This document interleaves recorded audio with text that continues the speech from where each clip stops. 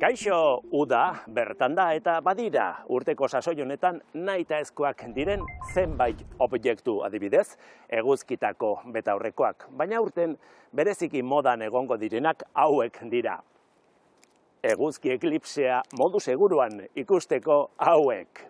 Asko hitz egin da dagoeneko abuztuaren 12ko eklipseaz, baina gaur emango dizuegun informazioarekin are gehiago gozatu eta ulertuko duzue fenomeno astronomiko hau. Has gaitezen!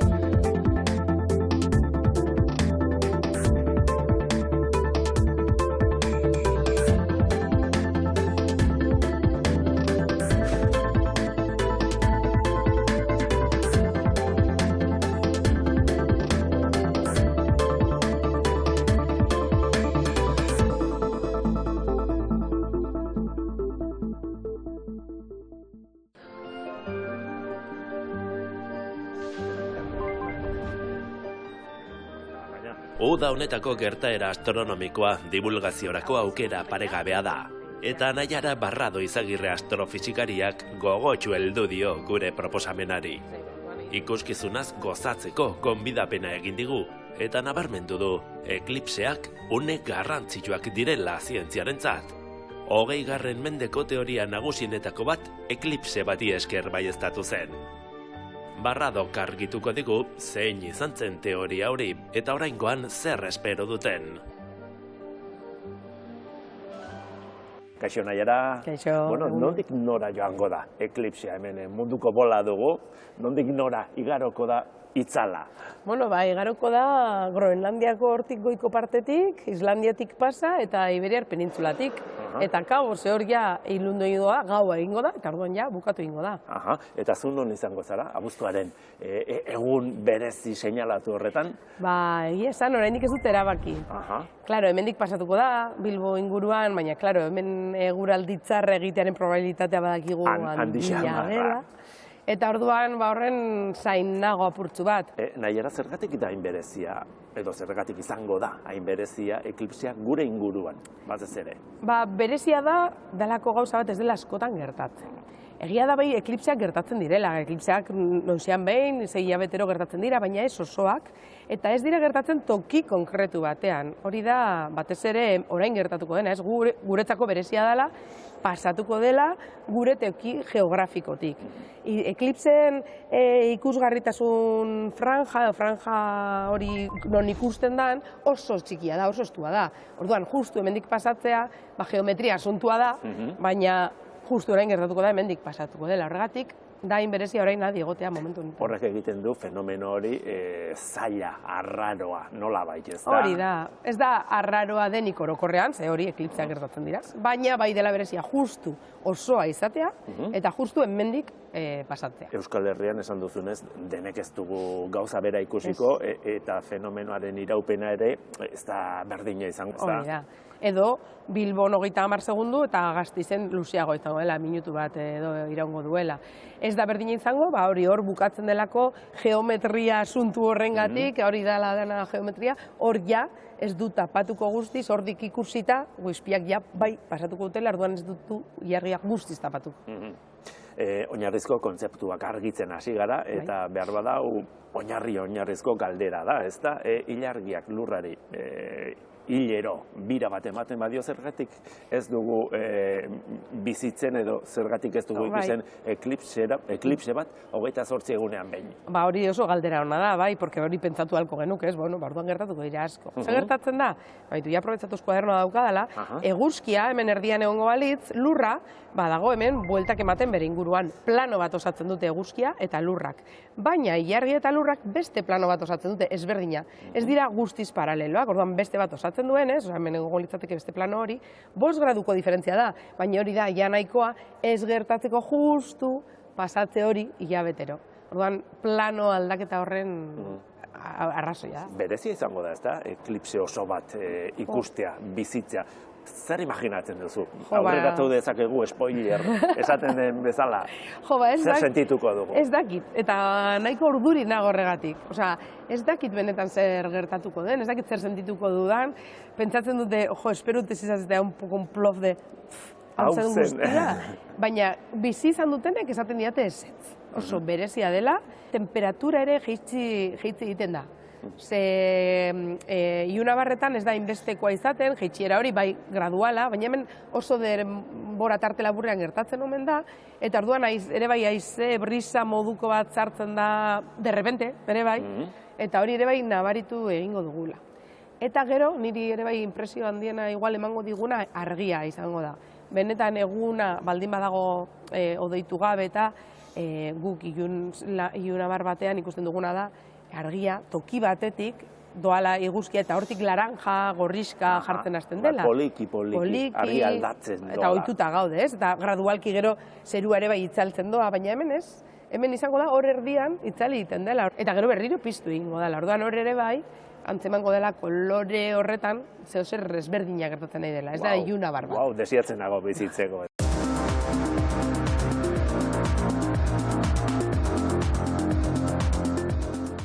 Dragoi batek eguzkia janduelako gertatzen dira eklipseak?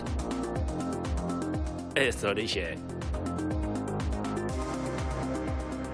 Orain badakigu eklipseak zergatik gertatzen diren, baina jar gaitezen duela milaka urte bizi zen pertsona baten lekuan. Zer pentsatuko luke bapatean ilargia gorri-gorri jarriko balitz edo egun argitan eguzkia itzalduko balitz? Astronomiaren azalpen zientifikotik oso urruti zeuden oraindik, eta horregatik imaginazioz betetako istorio eta azalpen askoren jatorria dira eklipseak, mito ugariren sorburua. Adibidez, Txinan pentsatzen zuten dragoi batek jaten zuelako iluntzen zela eguzkia. Eklipse adierazteko hitza hain zuzen, xi zen, jan alegia. Bikingoek antzeko azalpena ematen zioten, 8 goseti batek ilargiari edo eguzkiari kosk egitean gertatzen ziren fenomeno hauek. Eta Grezian berriz pentsatzen zuten jainkoak haserre zeudelako izaten zirela. Baina badira, azalpen mitologiko baikorragoak ere. Ipar Amerikako tribu baten kondairak dio ilunaldiak gertatzen direla eguzkiak eta ilargiak intimitatea behar dutelako elkarrekin egoteko, goxo-goxo, eta argia itzaltzen dutela. Mitoa izango da, baina polita dela.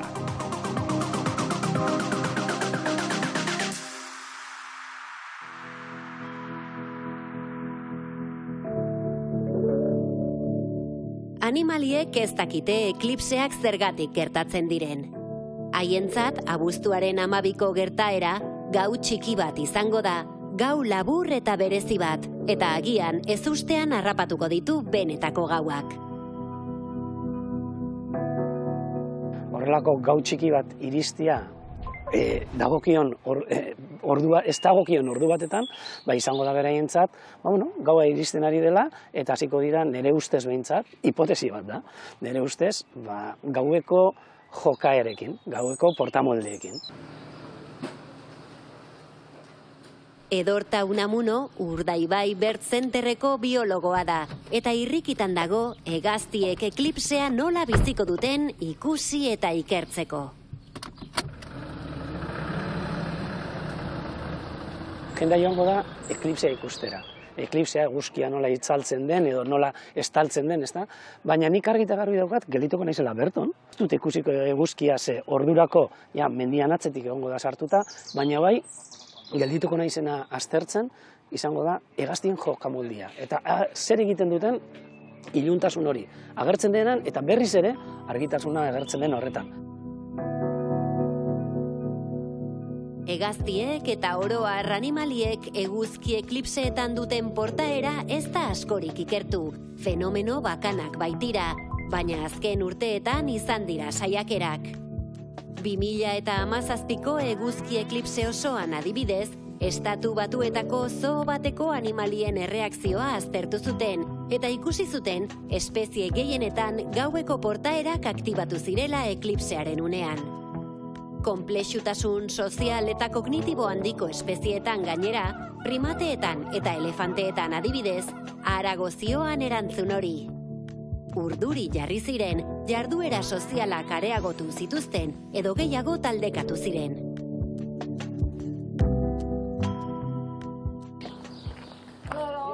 Enarak edo Elaiak bisitatzera etorri da gaur Unamuno, Bertzenterretik gertu dagoen baserri batera.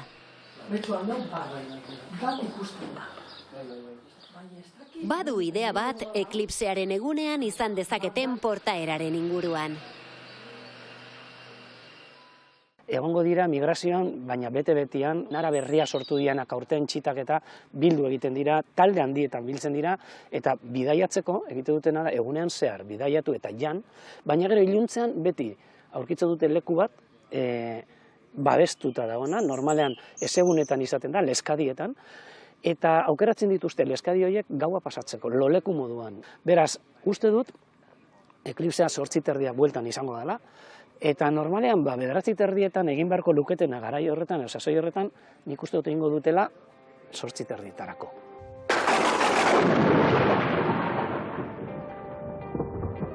Udako ekaitz bortitzetan antzera jokatzen dute enarek. Izan ere, halako fenomeno meteorologikoetan nagusitzen den iluntasuna, eklipsearekin parekatu daiteke nolabait. Argiak eta argitasun ezak agintzen dute hegaztien eguneroko bizi zikloan. Fotorezeptore oso eraginkorrak dituzte begietan eta berehala antzematen dute aldaketarik txikiena ere. Hala, iluntasunak bizkortu egiten ditu espezie batzuk eta beste batzuk berriz mantxotu. Baina hegaztiak bakarrik ez, animalia guztiak bizi dira argiak ezartzen duen erritmoaren arabera, erritmo zirkadianoen arabera hain zuzen. Ordulari biologiko moduko bat da sistema zirkadianoa. Loa, hormonak, temperatura, digestioa eta abar erregulatzen dituena, eta eklipseak aztoratu egingo du ordulari hori.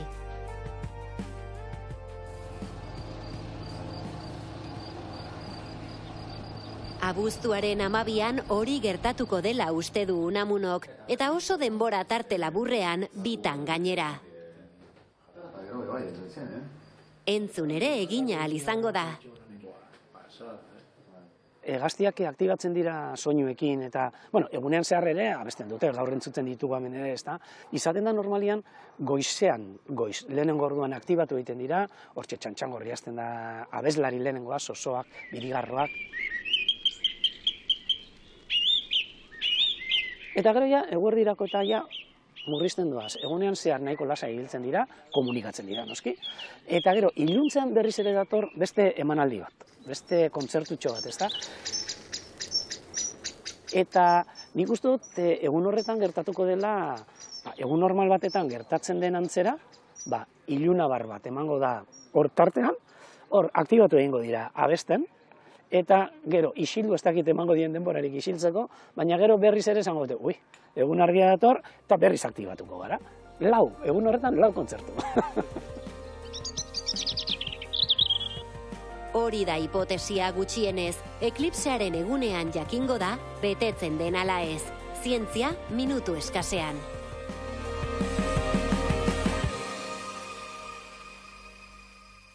eklipsea zientzia egiteko ere momentu ona izango da. Ez da zergatik, zer zientzia egin ahal izango da egun horretan? Egun horretan niretzako garrantzitsuena ez da bakarrik zientzia, baizik eta divulgazioa, eta orain egiten ari garen divulgazio guzti hau.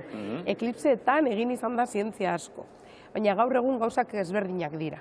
Gaur egun ez dira inbeste erabiltzeko zientzia egiteko. Bai egiten dira gauza oso zehatzak egiteko, bai justu hau ilunabarrean izango denez, begiratuko dute nolabait nola zeharkatzen duten argizpi horiek txikitu direnak hainbeste atmosfera tartez, orain gertatuko zaigun eklipse hau ilunabarra aldera izango da, ja sortzi terdiak, hor rosotasuna sortzi terdiak inguru, orduan apur bat ere bai hori berezia da, ikusiko dute nola pasatzen den argia eta hori guztia, baina ez da inbeste orain zertarako erabiliko dugun, baizik eta ze gauzaetarako erabili den. Adibidez, irakurri dut, Einsteinen erlatibitate orokorraren teoria eklipse batean frogatu zutela, ez da? Egia da. Bai, hori da, esan behar nuena, ez? 1919 eklipsea gertatu zanean, Arthur Eddingtonek frogatu zuen Einsteinen erlatibitatearen teoria orokorra.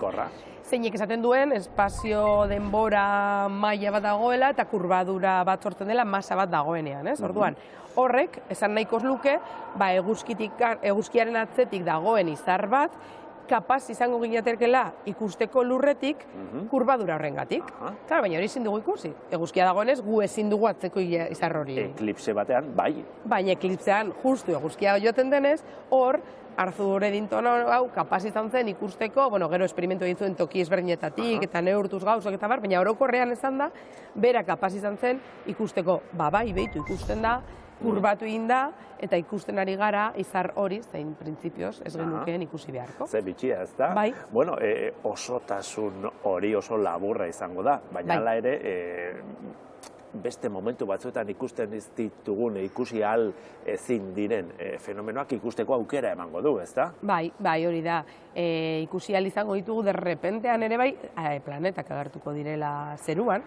Hori berezia izango da ere bai, ez? Porque derrepente bihurtuko da gaua, ilundu ingo da zerua, eta hor ikusi ahal izango ditugu Artizarra eta Jupiter. Gainera, ikerketarekin jarrai dezagun eguzkiaren koroa ikertzeko aukera ere emango du, ez da? Fenomeno bitxi horrek. Bai, hori da, koroa... eta hori ere bai lehen aldian asko erabiltzen zen, koroa ikusteko momentu bakarra da. Hor gertatuko dena, esango nuke, eta azalduko zuet apur bat faseak, fase batzuk gertatzen dira eklipsean, ez? Lehenengo ikutua deitzen dara, derrepente ilargia hasiko da sartzen eta partzialtasunean sartuko ginateke.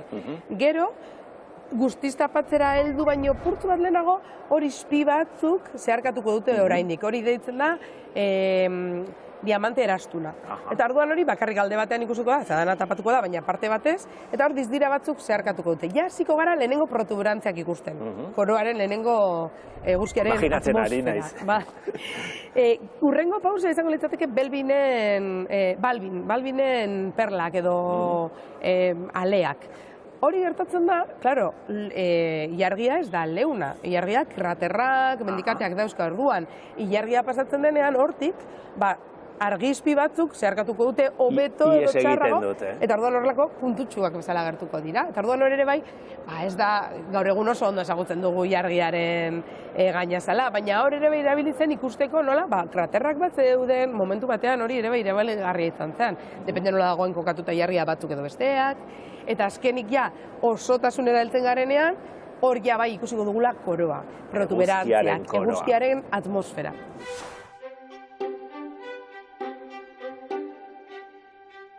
Abuztuaren 12an, eguna gau bihurtuko den unean, eguzkiaren koroa bistan geratuko da. Astronomoak eta astrofizikariak une horren zain daude. Izan ere, eguzki eklipse osoak begibistan utziko du normalean ikusezina den eguzkiaren atmosfera, koroa alegia. Eklipse bat oso aukera ona da zientziarako, atmosfera hori hobeto ezagutzeko eta aztertzeko, eta bestalde lurran eguzkiak izan dezaken eragina hobeto jakiteko.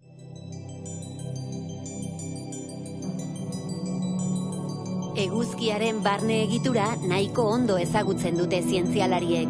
4.500 milioi urte inguruko izar egonkorra da. baina oraindik baditu argitu gabeko misterioak. Nagusietako bat, haren atmosferaren temperatura altua da.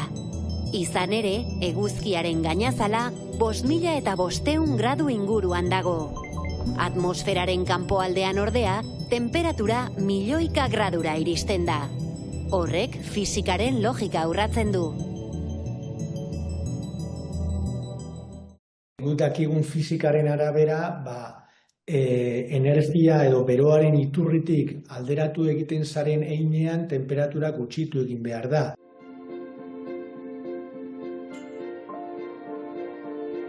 Temperaturaren igoera horri azalpena aurkitu nahian ari da lanean Inigo Arregi astrofisikaria Kanarietako Astrofisika Institutuan.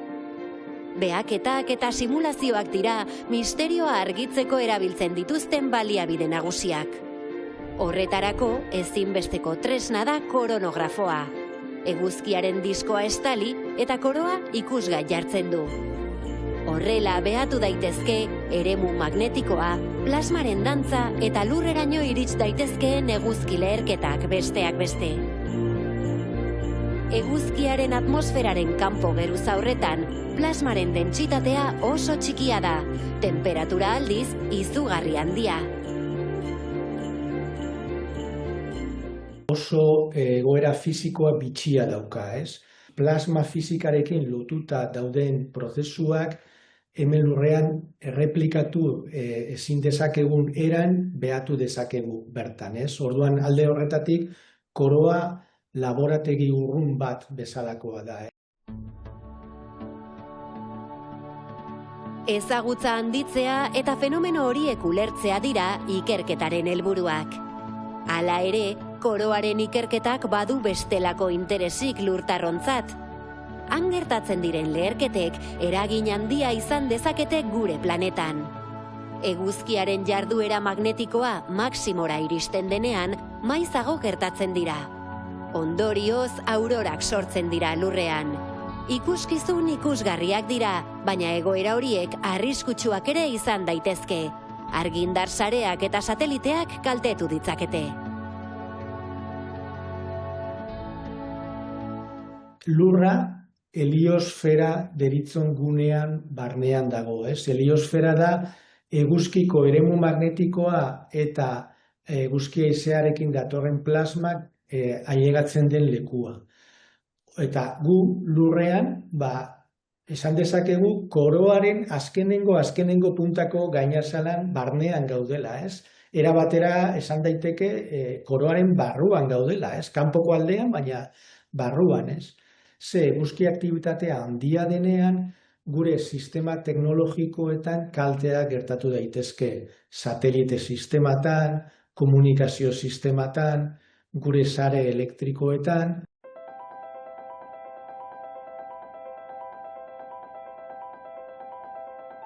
Fenomeno horiek iragartzea da meteorologia espazialaren helburu nagusietako bat. Ez da lan erraza. Lurreko eguraldiarekin alderatuta, espaziokoa askoz ere kaotikoagoa da. Gainera, eguzkian leherketa bat gertatu eta minutu gutxiren buruan iristen dira lurrera argia eta bestelako erradiazio elektromagnetikoa. Ordu gutxira, partikulak eta ondoren plasma. Gure predikzio sistemek oraindik ez dira ez hain zehatzak, ze fisika asko ulertzeko geratzen zaigu, ez hain azkarrak, horrelako ekaitz geomagnetiko bat gertatzen denean, gure sistema elektronikoak, sateliteak eta abar, babesteko, ez? Ze hori da arazo berezia.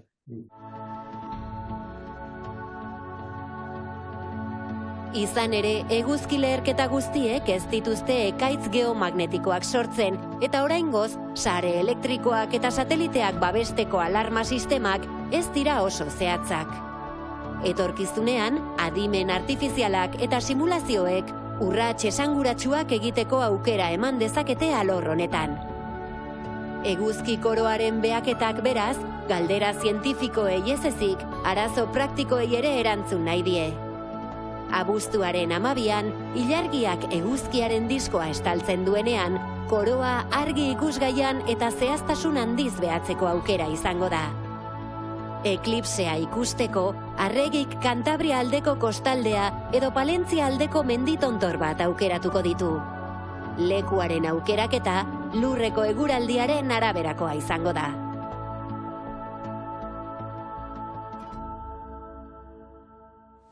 Naiara ez alda, nolabaiteko, kasualitate kosmikoa edo txiripa kosmikoa espazioa hain handia izan da, eta distantziak izugarriak, ilargia hain bikain, eguzkian txertatzea, ez da, hain justu tapatzea. Bai, eske da kasualitate oso handia eguzkia, ilargia baino 400 aldiz handiagoa da, baina baita ere dago 400 aldiz urrunago.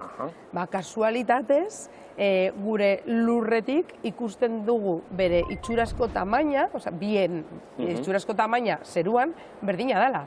Orduan, beraien itxurazko tamaina berdina denez, iaia berdina, gero saltzezu eta bat gehiago, baina tapatzen duenean, justu tapatzen du eguzkia bere osotasunean. Eta hau gertatzen da ez beti.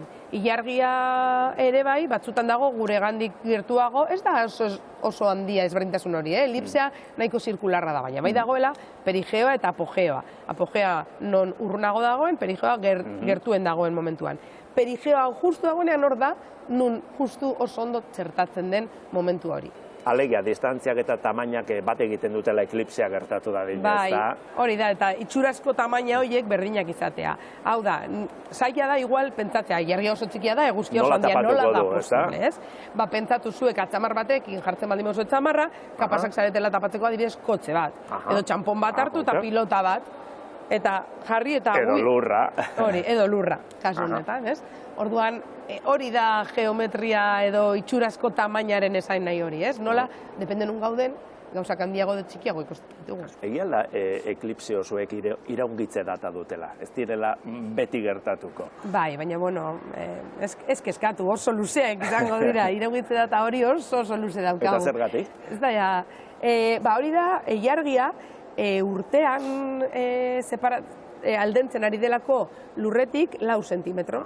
Orduan, aldentze horretan, zer gertatuko zaio? Momenturen batean galduko dugula ilargia, baina hori baino lehenago, bere tamaina, itxurazko tamaina hori txikiago izango da. Distantzia eta tamainaren arteko oreka hori galdu egingo da. Galdu egingo da, baina hori gertatzeko... Zemat milioi urte? 600 milioi... Bueno, ez dugu biziko, ez da? Ez dut uste, da? Ez da gure kezka izan beharko hori, ez?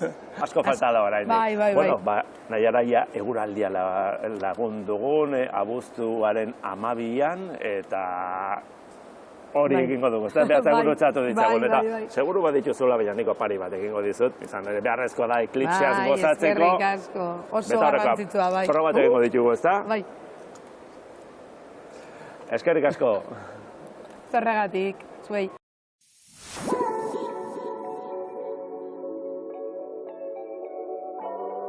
Bukatzeko, aholku praktiko pare bat.